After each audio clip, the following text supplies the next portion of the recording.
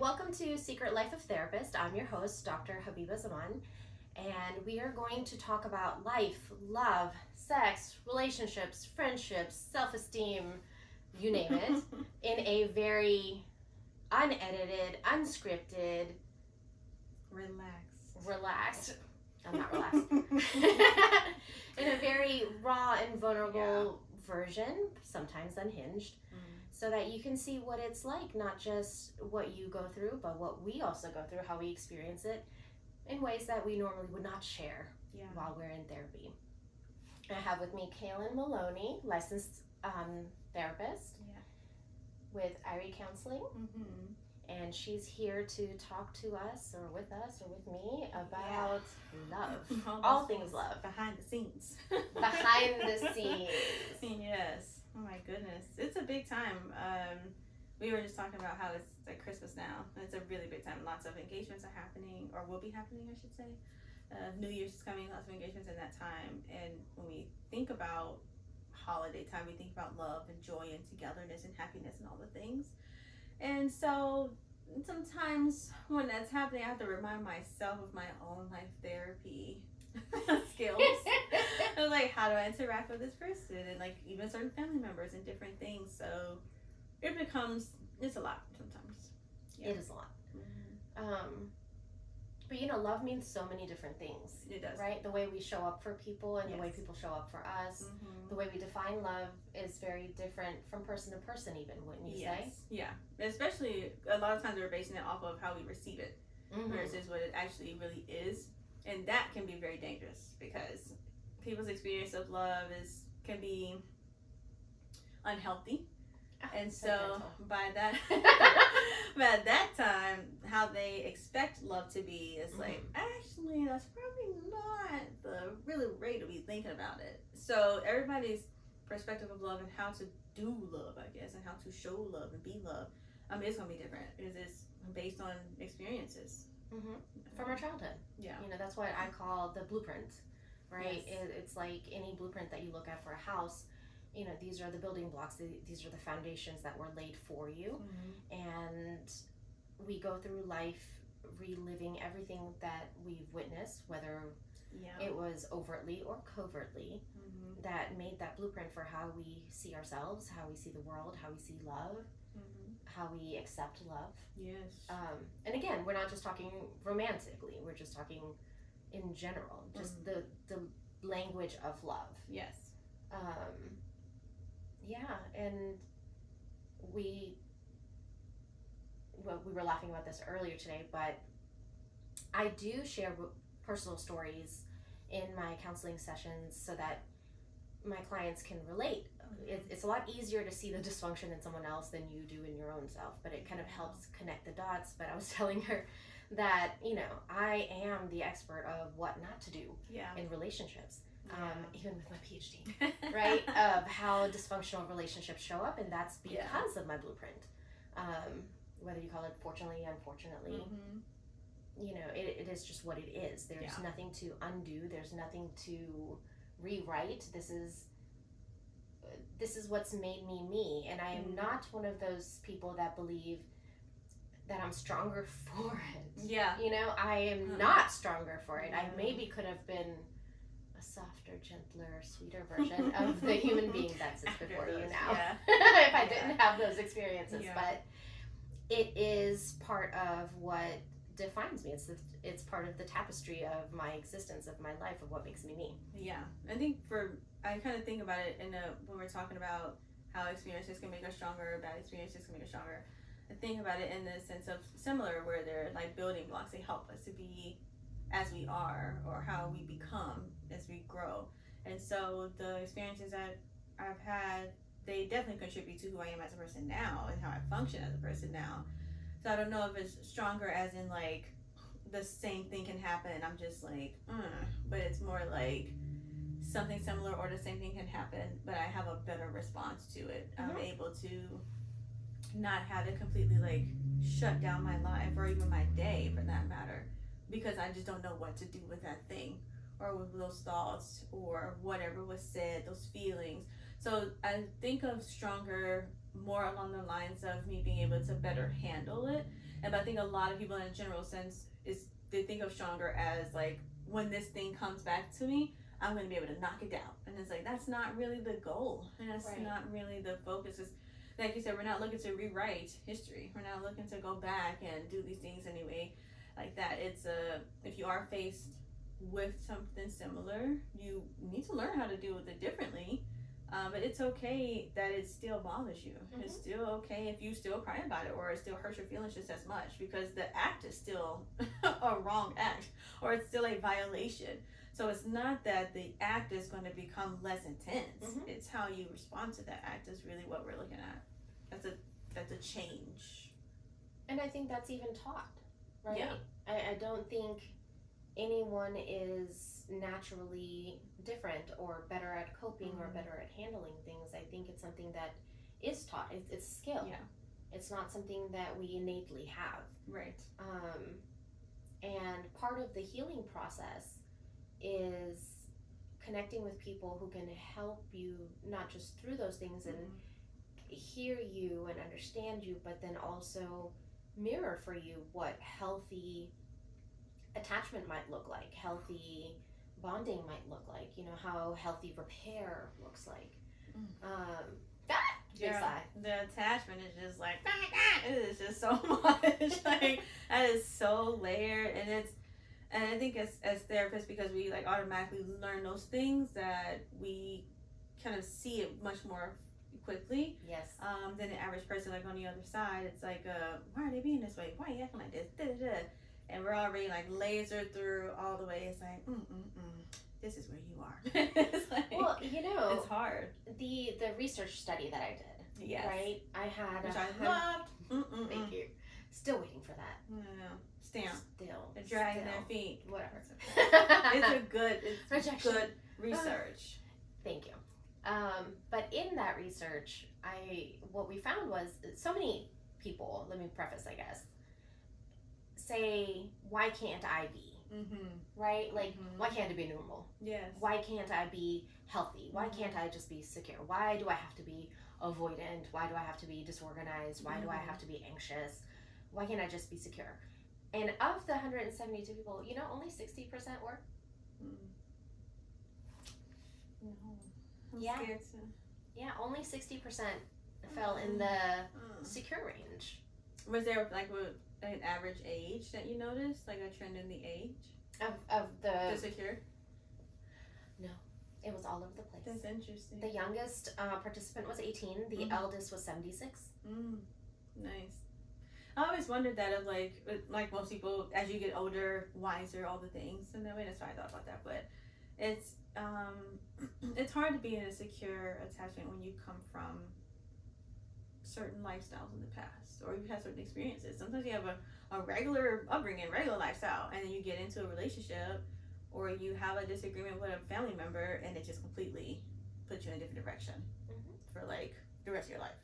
And it's hard to get into a space of security based on this very difficult experiences that you've had. It's hard to go into that of trusting of the self again, not being able to immediately second guess yourself. Am I sure about this? Are you really going to do this? Are we really going to be here? All these questions that you're just that keep you up at night, really. Yeah. That's a big hurdle that gets in the way of being able to get into that secure, is the nonstop questioning. And, you know, my philosophy in life is that you're always in a state of becoming. I don't think we ever reach whatever. Yeah, there is no, I've made it. There is that. We're getting through. We have stopped, smell the roses, and keep going. Yeah. And then if you, again, I'm a geek, so I'm going to, inevitably, there's going to be some research thrown in there or something. But theorists, when they look at adult development, there's a lot of work on child development, but in adult development, you know, your last stage starts at 65. So we have a whole lot of life to be living.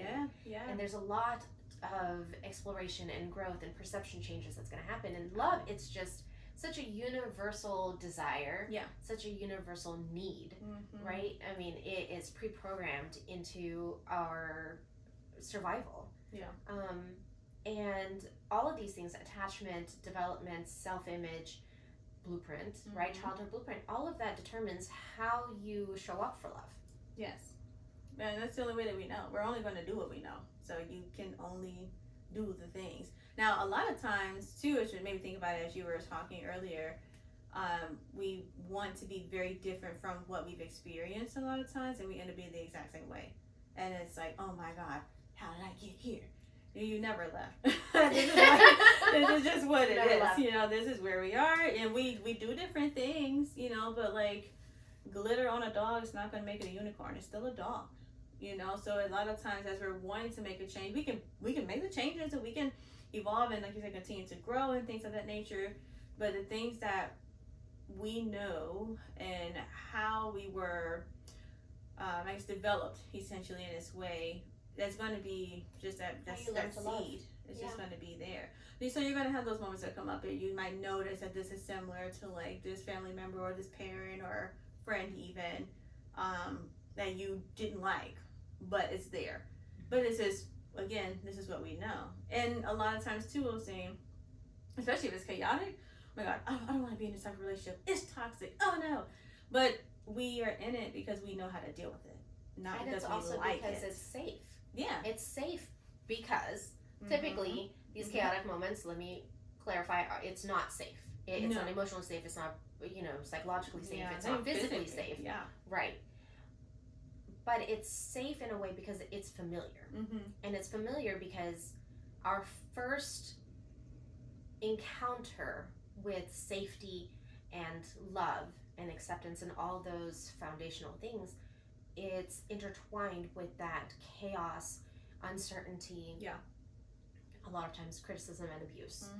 And so because that is our first schema or our belief system around this topic, right, we have this little file in our brain.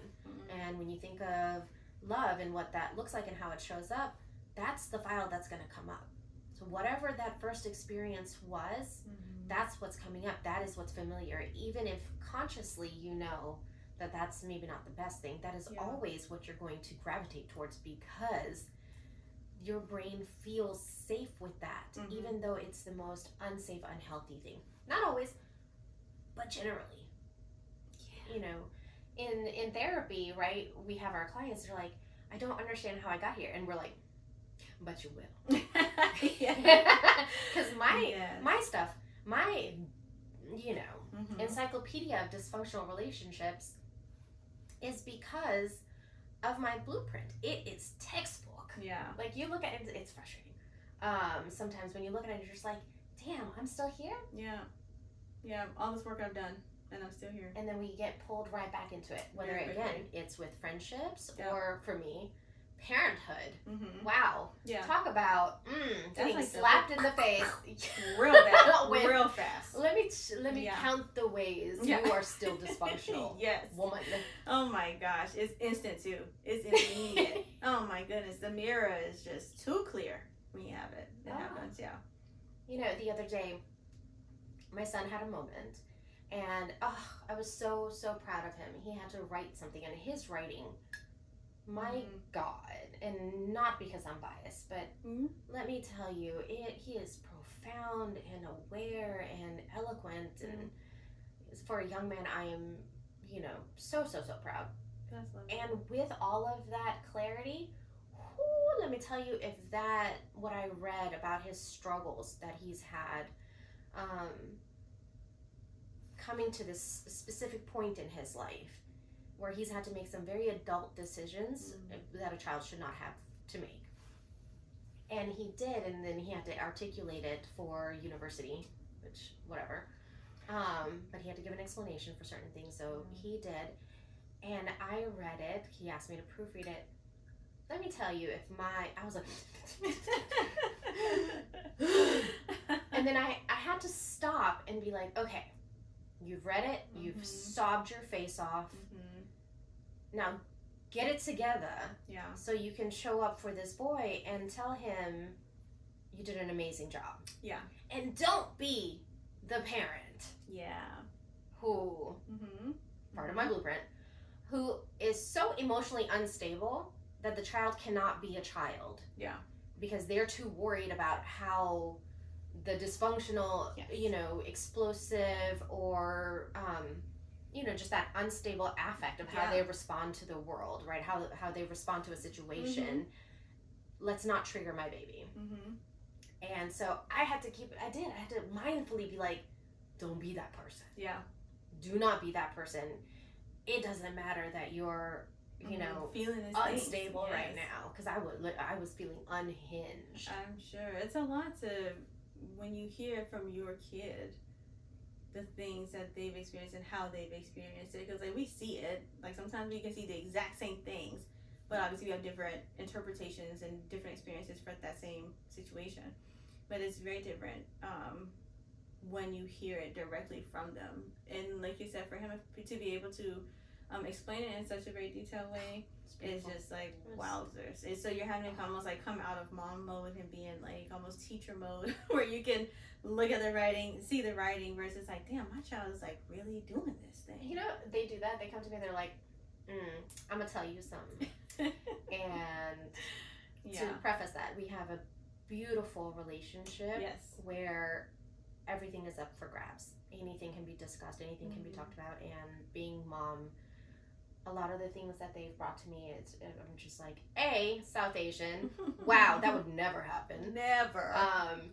B, but damn, you trusted me with that, and I love it. So it's very healthy and secure in that way. I've worked really hard to have that with them. I didn't have it growing up. Yeah. They haven't had it in every area of their life, so I overcompensate sometimes to make sure that they get that. Yeah. But, girl, let me tell you, they come to me and they're like, I got something to say. So don't be mom, or as my youngest calls me, Amma. Don't be Amma. But here we go. Be the therapist. Step away. Yeah. And I'm like, and I have to show up like that. I have to show up like that, because that literally that's what they're asking. And how else am I going to show them safety? Yeah. If you guys haven't noticed, that's key for me. But when it comes to love and safety are very much attached for me. So for them to be safe enough to explore whatever thing that they're going to bring, right, and that they feel safe enough to do so, but then my perception of them won't change. My love for them won't change, right? That it's not conditional and it's not transactional. Yes. Oh my God, the transaction. That's one of those things you definitely learn as you get older and you start to understand interactions better. Because when you say it, but you don't really understand it. So it's, why does it seem like you only say hey to me if I give you this thing? Or why do you only give me a hug if I do this thing? We say it, but by the time we really understand it, we're much older. And by then, our relationships are kind of just transactional because we don't recognize what's happening. I think it's a part of that growth space that we're getting into, how to become more secure. And transactional doesn't necessarily mean tit for tat, does it? No. And you do need to have... Reciprocal is different. Reciprocal is what we teach. Okay. Reciprocal is... Definitely need to have it. It's not a thing where you can just be, here you go. How long did it take you to start advocating for yourself so that you could have reciprocal relationships? Sometimes. Forever. Like, it's still happening. Because even in times now, and I'm like... man, like I should have said this thing. And I will go back when I notice that I didn't say it, I didn't advocate, and I'm like, you know what, no, I'm doing this thing. I'm gonna say it.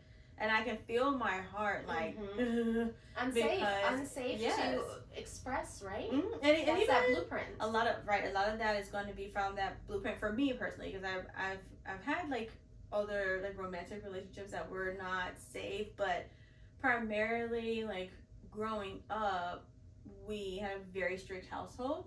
So my dad was a very traditional Jamaican, and with girls it was this way and that's it.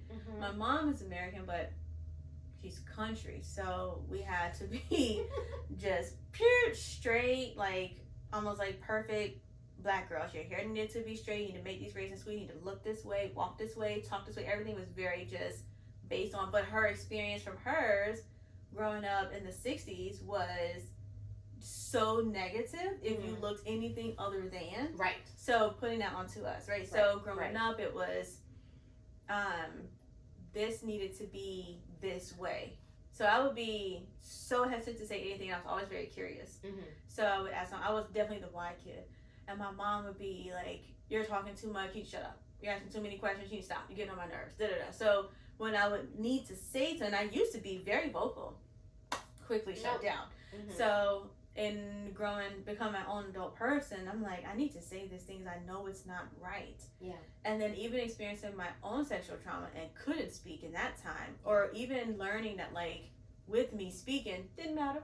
So it was more of those kind of lessons. Like my parents never made me feel like it didn't matter, but I felt like I couldn't say the thing.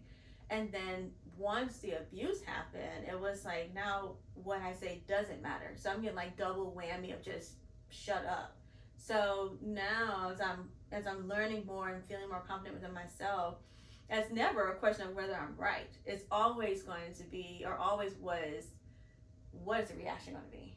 I'm gonna say this thing. I know I'm right about this thing. I'm serious about this thing. But if I say this thing, what will happen as a result? And a big part of my development was definitely people pleasing.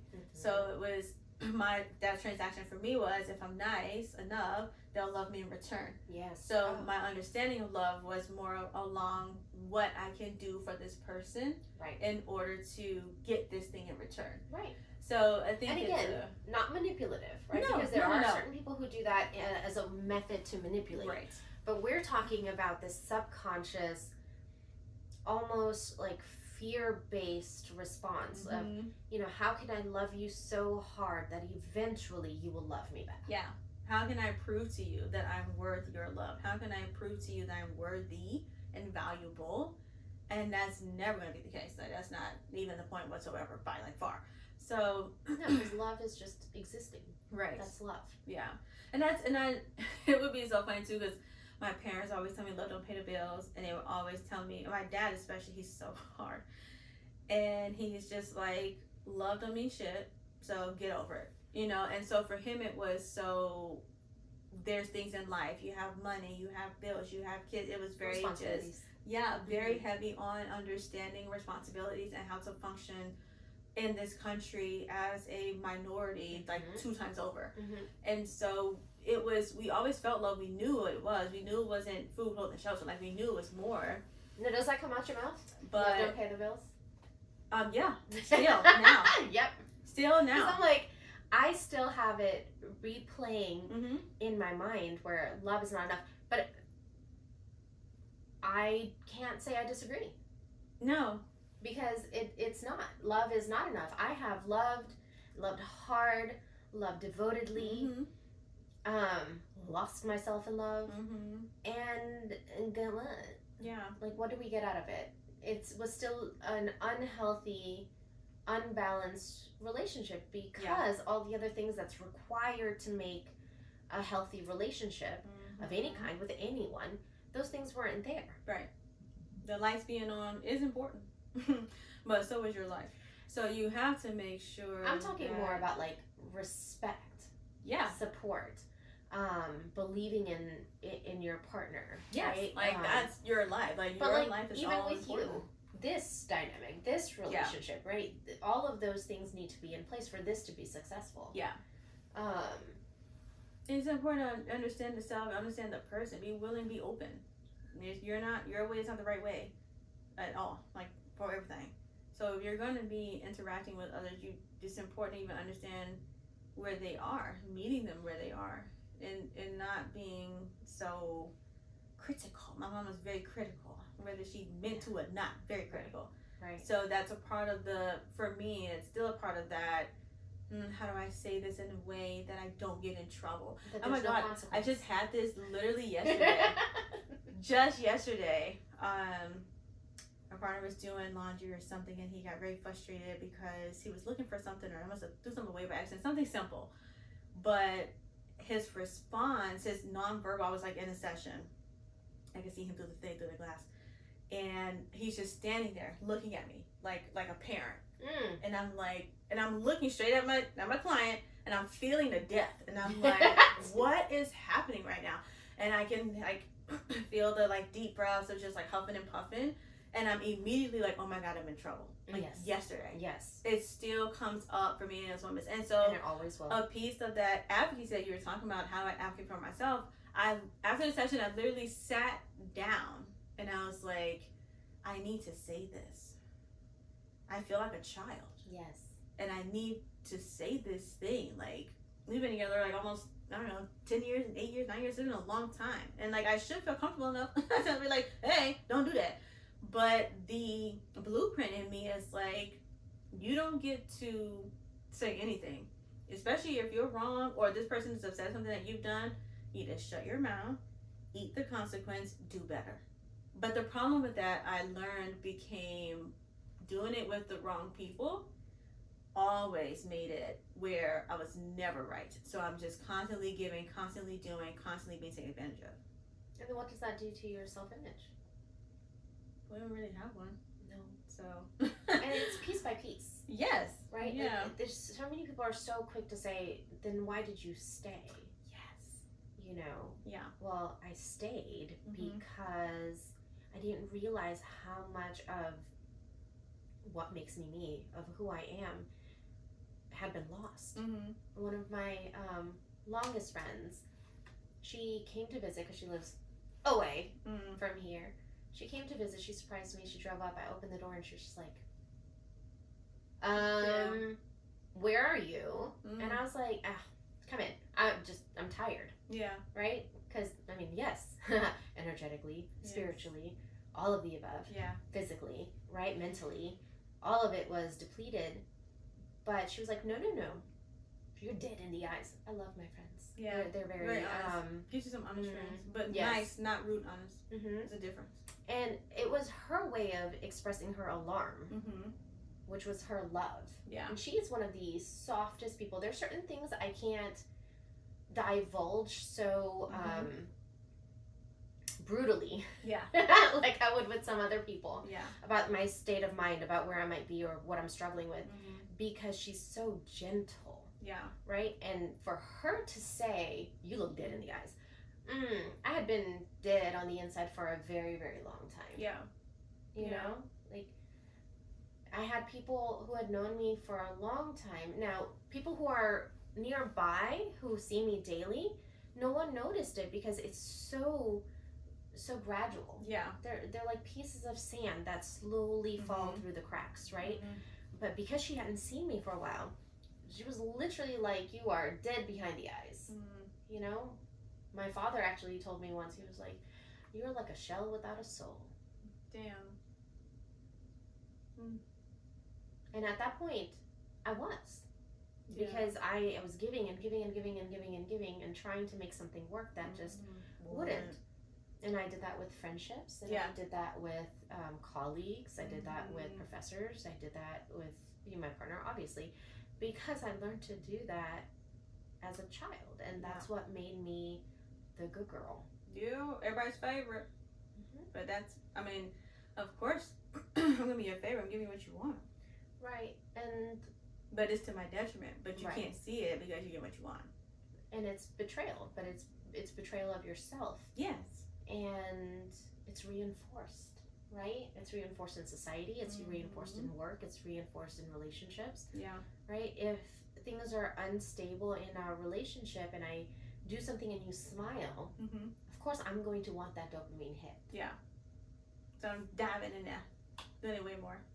It doesn't matter how much it hurts me or how much it bothers me, how much time it takes out of me. But you deny that, wanting this thing from you. You deny that it actually hurts you. Yeah, that's the part. Like, it doesn't matter how much all that stuff is going on because I'm looking for this thing right here. I need this. And that matters so much more. And so by the time you pick your head up out the sand, you recognize you're really just empty. And even then, I thought I was fine.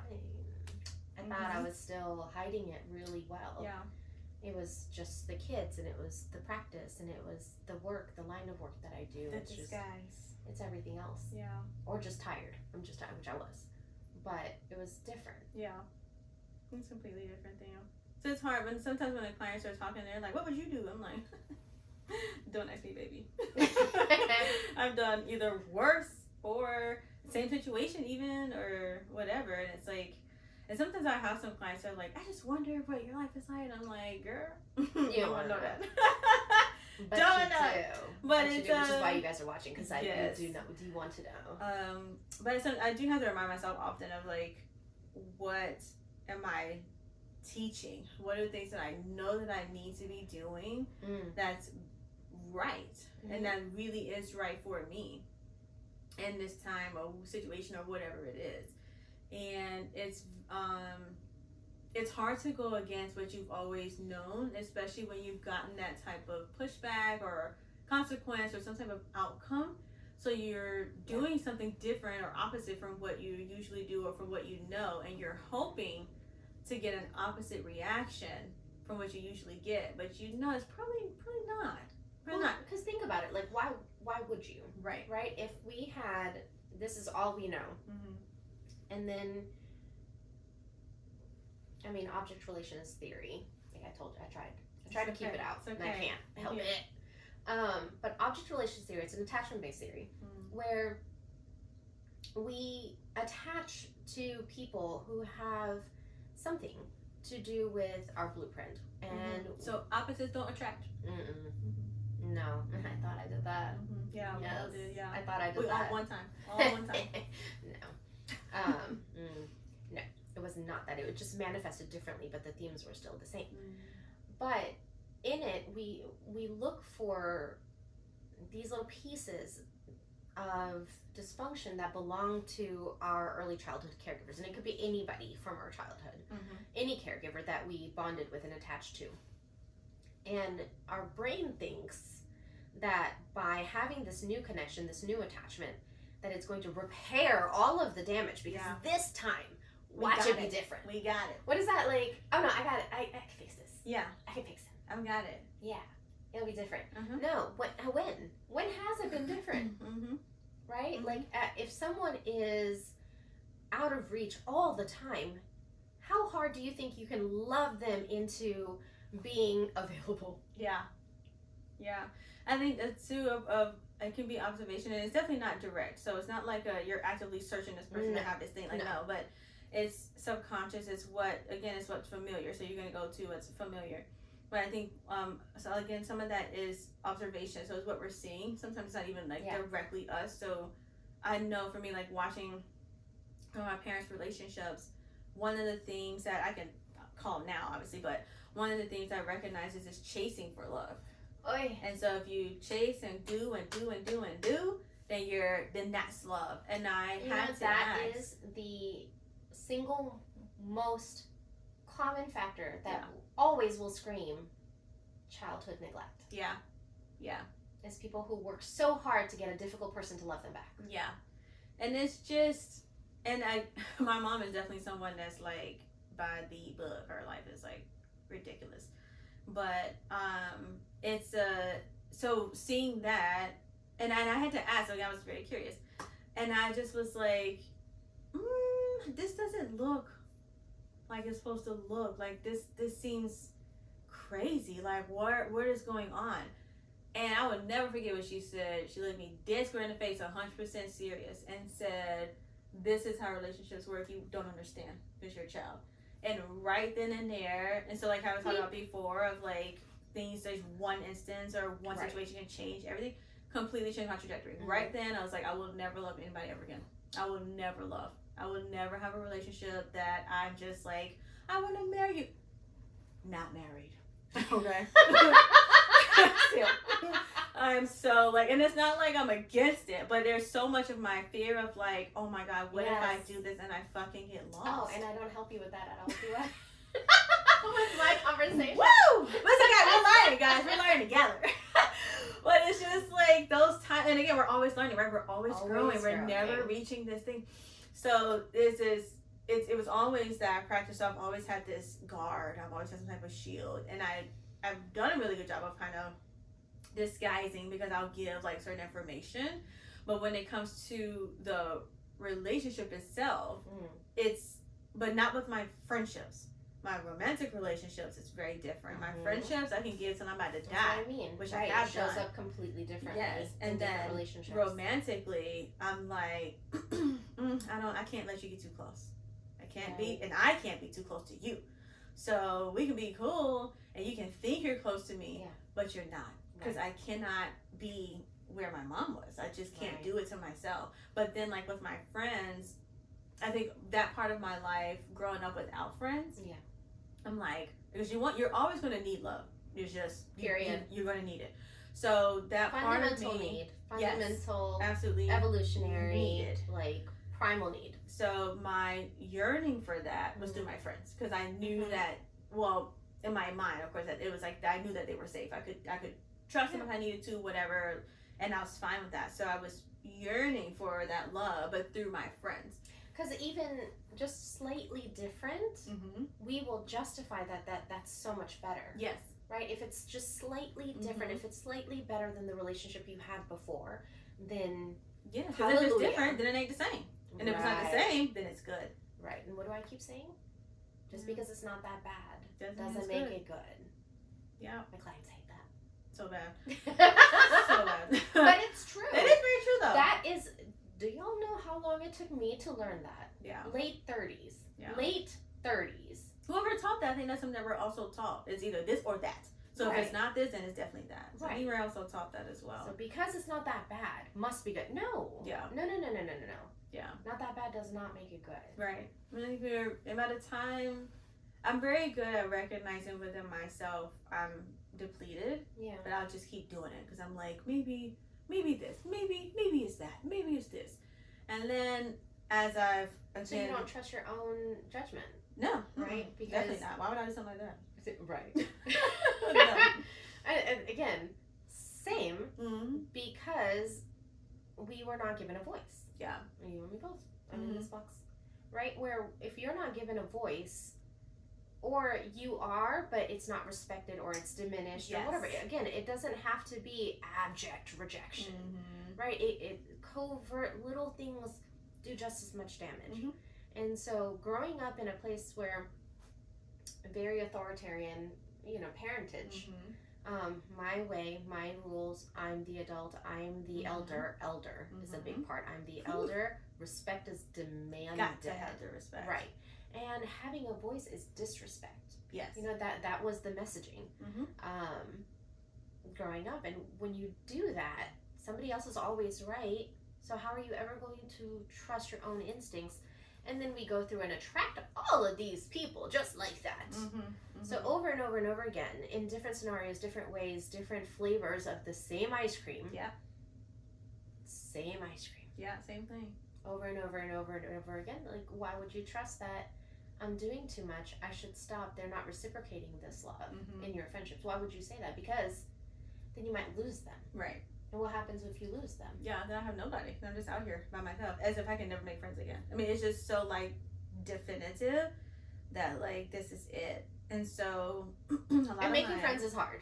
It's is very, hard, very hard. But it is hard in how I move about my life. I'm very genuine in all of my relationships. Yes. And so it brings me value. So if I drop this, then that means I done did all this shit for nothing.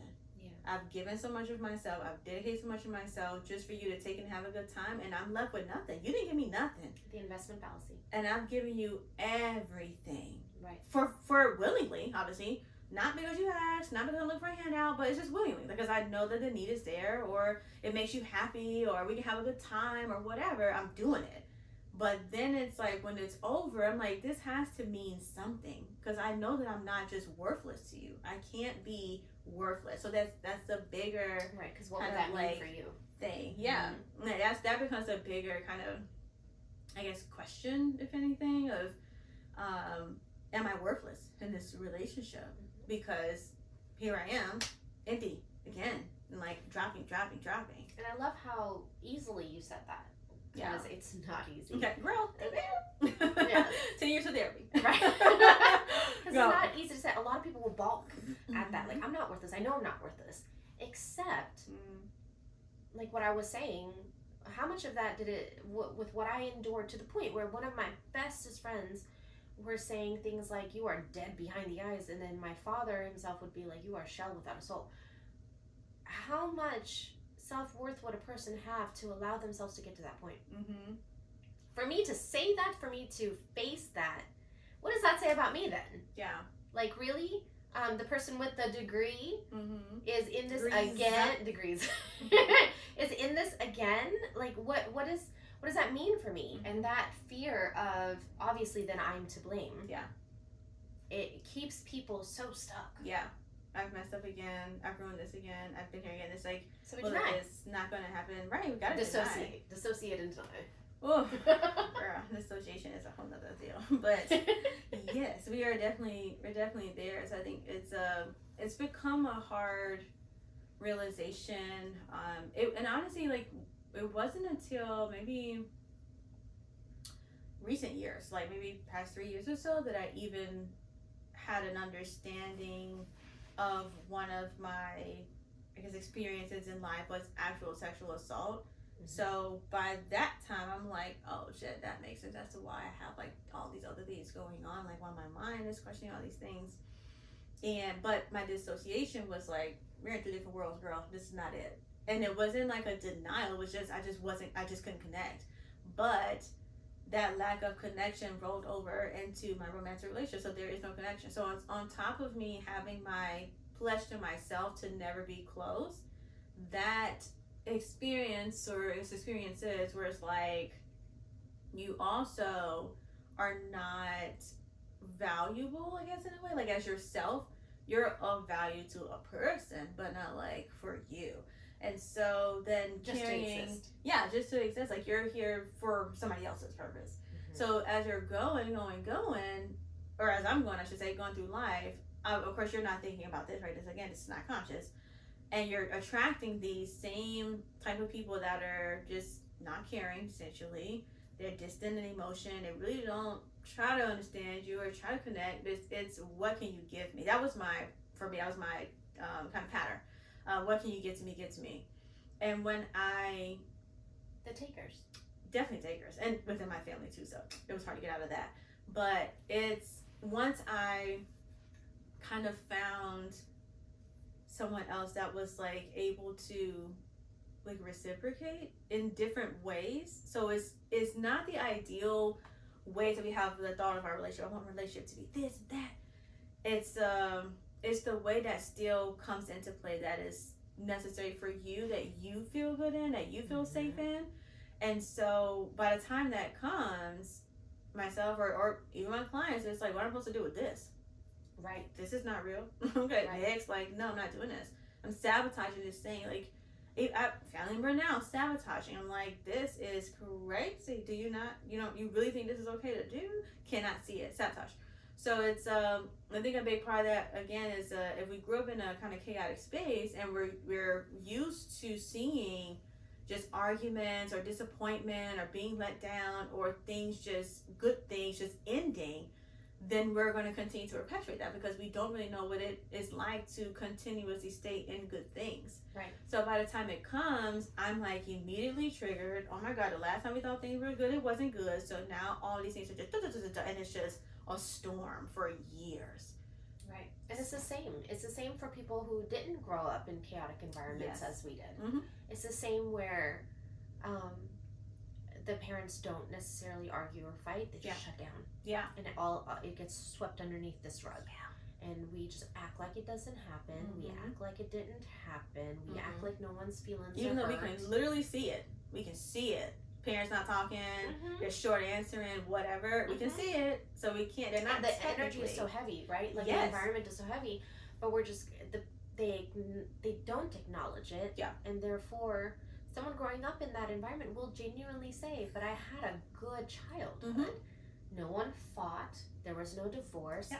There was no separation. There's no abandonment. So I don't know why I'm behaving this way." Mm-hmm. Well, you're behaving this way because you're still so afraid of that consequence, of that detachment, of that avoidance that you saw growing up. That love gets withdrawn. Yeah. Right? And you get punished because you did something that they didn't necessarily agree with, but nobody's going to communicate about what that was, but I'm going to punish you anyways. And so you go through life, and then you have these healthy, supposedly you're trying to be healthy, and then can't speak up for yourself. Yeah. Can't say, hey, I don't want to do this. Hey, I don't feel like doing this. Or can we do this a different day? Or just healthy communication in general, because you're so afraid that love will be taken away. And so you just shut down and avoid self-sabotage, right? And create all of these unnecessary roadblocks for yourself just to avoid that rejection, that abandonment. Yeah. Abandonment is not always because someone left you. Yes. I had abandonment, like true abandonment, what you think of when you look at the textbook definition of it. And I know so many people who were never abandoned in that traditional way, for them to still have the same issues that I deal with. Afraid that the someone that you just connected with, right, that means something to you, is going to one day up and leave you. Yeah. And you don't know why. Because emotional detachment, emotional warfare like that you grew up with, that unsettled, unstable, but you don't really know why because it wasn't communicated, is emotional neglect. And that kind of emotional neglect is the same thing as abandonment. That person might as well not be there because they're sitting there, but they are so far away from you. The distance, the void, the gulf, right there. It's so intense, and you don't know how to cross it. You don't even know how to meet the person because they have locked you out. So it goes, it's hilarious. It's not hilarious. It's not funny, but I laugh about just about everything. I'm like, ha! Of course. I think it's mine's a defense mechanism. It's definitely funny. As in, like, holy crap! Like, wow. It's textbook again. What I was telling you, right? Like, what it does to us as human beings. One of the things I really want to use this podcast for is A, to show you we're human. A, to show you we are also dysfunctional in certain ways, and also that it's universal. Yeah. So many people feel so alone. Yeah. And judged because they judge themselves. Yeah. I'm one of them. And they're just like, oh, why is this happening to me? And one of the points that I want to make in this podcast is that, but you're not alone. No matter what kind of experiences you've had, I guarantee you we can find that thread of similar, theme in it, which drives our subconscious, and our subconscious rules everything. What is it, 70-30? 70% subconscious, 30% conscious brain? And that's if you're self-aware. Not desperately trying to, outrun your awareness, as we know a lot of people do. But our motives, our choices, our actions, our partner choice, our friend choice, our career choice, oftentimes, all of that is run by our subconscious. My favorite homie, whatever, Carl Jung. Until you make the unconscious conscious, it's going to rule your life, and you will call it fate. Yeah. Love me some Carl. I have so many of his books. His museum in Texas. His museum in Texas is freaking beautiful. Yes. God, it's the best. That's where his original thing came up, I think, right? Yeah, his red book. Oh my gosh, just anyway. Yes. Great guy. He's the best. But yeah, I mean, it is that. It's and so sometimes you have to think about that. I think from a therapy brain and human brain, it's just really like just coincidental, or is this really just this? It's never coincidental. Or am I really in my space here? And then we're having more of that consciousness, I think, because again the career that we're in, it gives us that ability to switch in and out like that.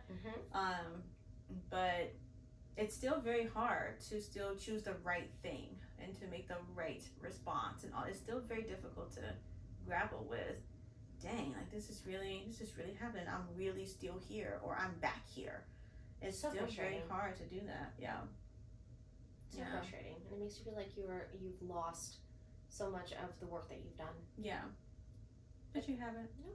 Everybody takes a step back. Each new challenge, level. Yeah. Right. Yeah. We've leveled up all the time. I'm tired. But it doesn't end. It doesn't.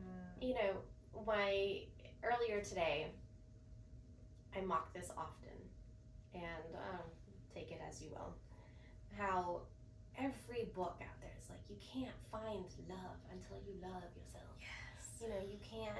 You accept the kind of love you feel you deserve, 100%, because of your blueprint.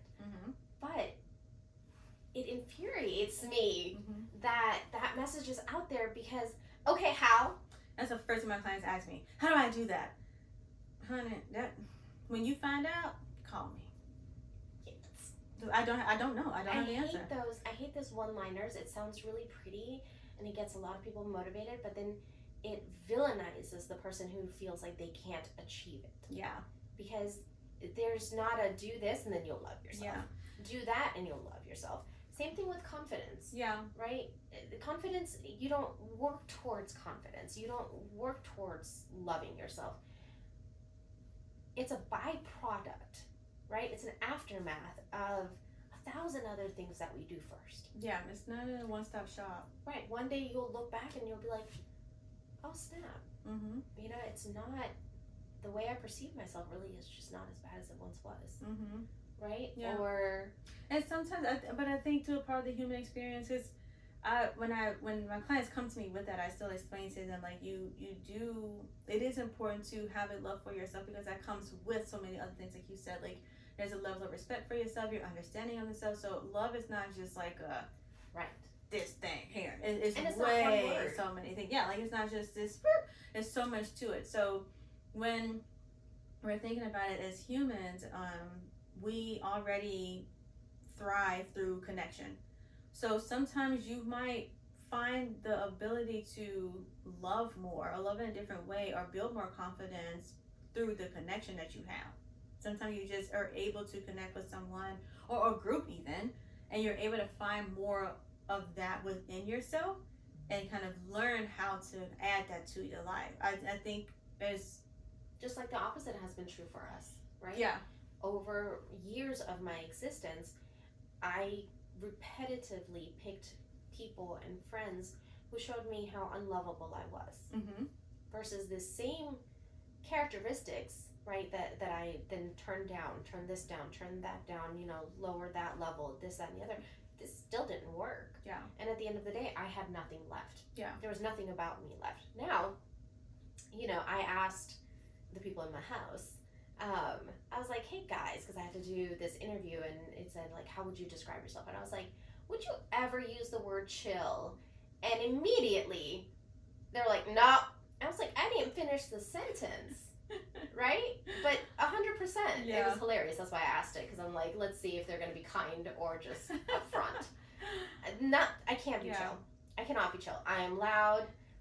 I am just full of energy. Even when I'm exhausted, that exhaustion is loud. Which is why the mask is so easy for people to see, because it's so bright, it's so lovely, it's so exciting, it's just, oh my God, you're so great. And meanwhile, you're like suffering. Mm-hmm. Yeah. And they just can't see it. Mm-mm. Yeah. And I've spent my entire existence making sure that it wasn't seen. Because to be seen was to be vulnerable, and to be vulnerable was dangerous. Yeah. And that's something I learned at a very, very early age. Yeah.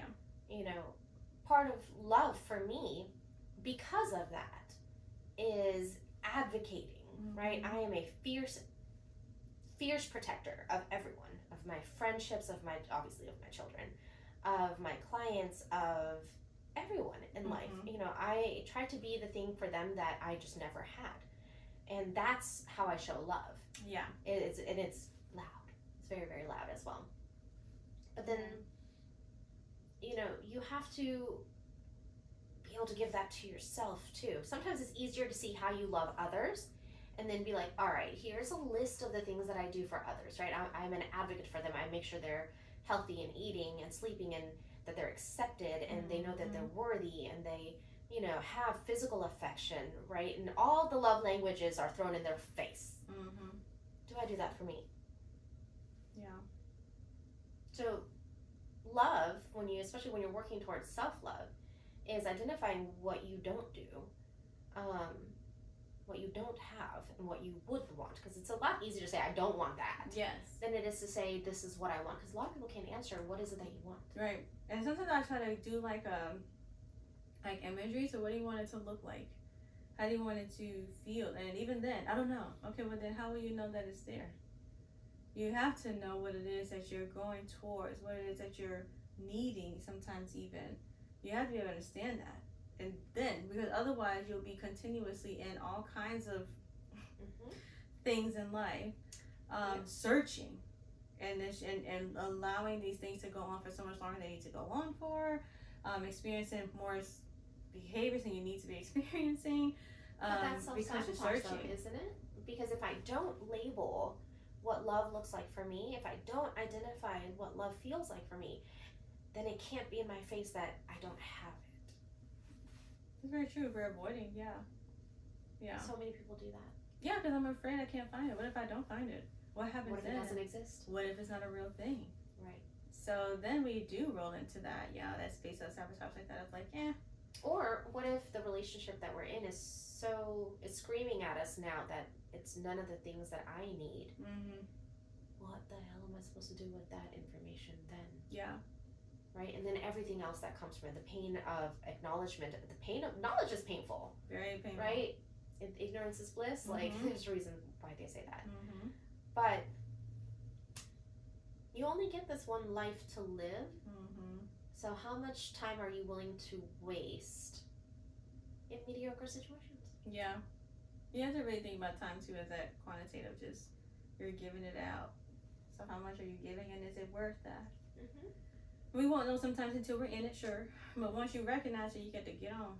If it's not working, if it's not doing well, you have to move it because you're continuously giving it out and you only have but so many cards before you're out. And we can't do that without awareness. Yeah. Without knowing what it is, why it is, where it's coming from. It doesn't have to come from therapy, obviously. Our kind of therapy, we're very directive. And so we do take you on that step-by-step kind of journey. My client told me today, oh my God, I'm gonna die. She was like, I'll be forever grateful how you bullied me into breaking up with blank. And I was like, bullied you into breaking up with? I'm like, you know what? I'm proud of me too. Thank you. I was like, what do you mean? She was just like, you didn't bully me, but that's what I'm gonna call it. And I was like, you can do it. I support it. Yeah. I probably was very like, well, this is this and that is that, and that's what you're choosing, and therefore you're choosing this consequence. Right? Because long-term client. Right? Yes, She's been with me a decade at this point. So I'm like, you know what? Anybody who knows me or has worked with me long enough, facts. I do have a lot of clients that are just like, you have to do me like that, Miss Kim? You have to see it like that? Child, how long we been together? Like, come on. We know what we're doing. Come on. And I really want to be like, me? Yeah. No. I just flat out own it. Thank you. So glad you said that. Glad you recognized I laughed so hard. I was just like, yeah. Again, chill factor. Don't have it. No. Don't have it. And I wouldn't want it any other way. No. I'm not everyone's cup of tea. I'm not going to be. No, rather not. Not trying to be anymore because I've wasted my entire existence trying to be that, and still I got nowhere. Yeah. I had a horrible time in the process. Yeah. It's pretty not fun. Might as well just be deranged now and having a great time. We're out here. And to me, that's self-love. Yeah. If anyone's like, do you love yourself? I still cringe at that saying because I don't know when I'll be able to fully say, yes, I do. I think I cringe at it because I know what people are expecting. And it's like, I hate people ask that. Don't ask me that. Just what do you really want to know? Just ask what you really want to know because you're looking at me to give you this big kumbaya, yoga in the mountains bullshit. I'm not giving you that. Not. I ain't doing it. We are not the people for that. So you need to ask what you want to know. If what you're wanting to know is, do I wake up in the morning and proud of myself? Sure. If you every day, then ask that because the answer is no. Right. And that's, again, human. Right? It's human. Because at that point it'd be perfection, which we're not. So that would be, you know that those things are going to exist in that way, but there's definitely a lot of layers in there too, though. So here's what I have to say. After all of everything that was said, I don't even know. We didn't even get to the other stuff. No, we'll make a part two. Next time. Love yourself the way you love others. Do that for yourself. Yeah. That's what I want. That's what I want for everybody. Yeah. The way you show up for others, show up for yourself. Good for you. Good for you. Yeah.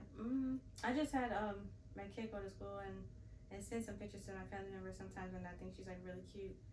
And my aunt was like, man, she is such a diva, blah, blah, blah.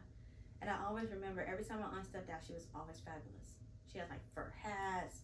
Yes. She has like blushes always just so fancy. Yes. And I always remember like I never questioned how she felt about herself. I just was like, man, one day I hope to embody that. Yes.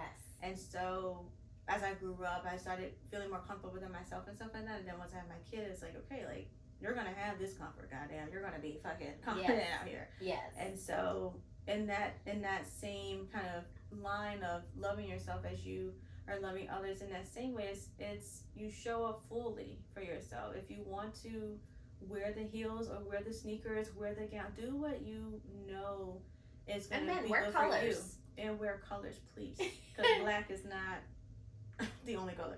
Wear some colors. And so, and even with that, I don't even follow the season rules. I wear white whenever I feel like it. I wear yellow whenever I feel like it. Whatever I'm feeling, you do. You feel that within yourself. And it very much is true. How you look will impact how you feel. And vice versa. So sometimes you have to push yourself a bit. If you're not feeling it today, fake it till you make it. You got to push. But by the time you get outside and get in the sun, you're gonna feel a whole lot better. So you have to push yourself a little bit sometimes. But definitely loving that self. Emotion follows the action. Yeah. Okay. Neurologically speaking, this is not. Well, yeah. It's just your emotion is here and your action is your body. So every time you turn your neck, your body will go wherever your neck going. So if you turn. Yes. That's exactly where it's going to be. So yes, that would be the exact thing. So we do it. We focus on discipline rather than motivation. Yes. So yeah, show up for yourself. If you have any questions about anything, or if you want to, I don't know, suggest topic. I was gonna say something that you want to super know or interest in, even if it's not necessarily about us, just like an overall topic. Definitely let us know. That'd be great. Yeah. Send us your queries to info@drhabiba.net. Beauty. We'll see you guys next time.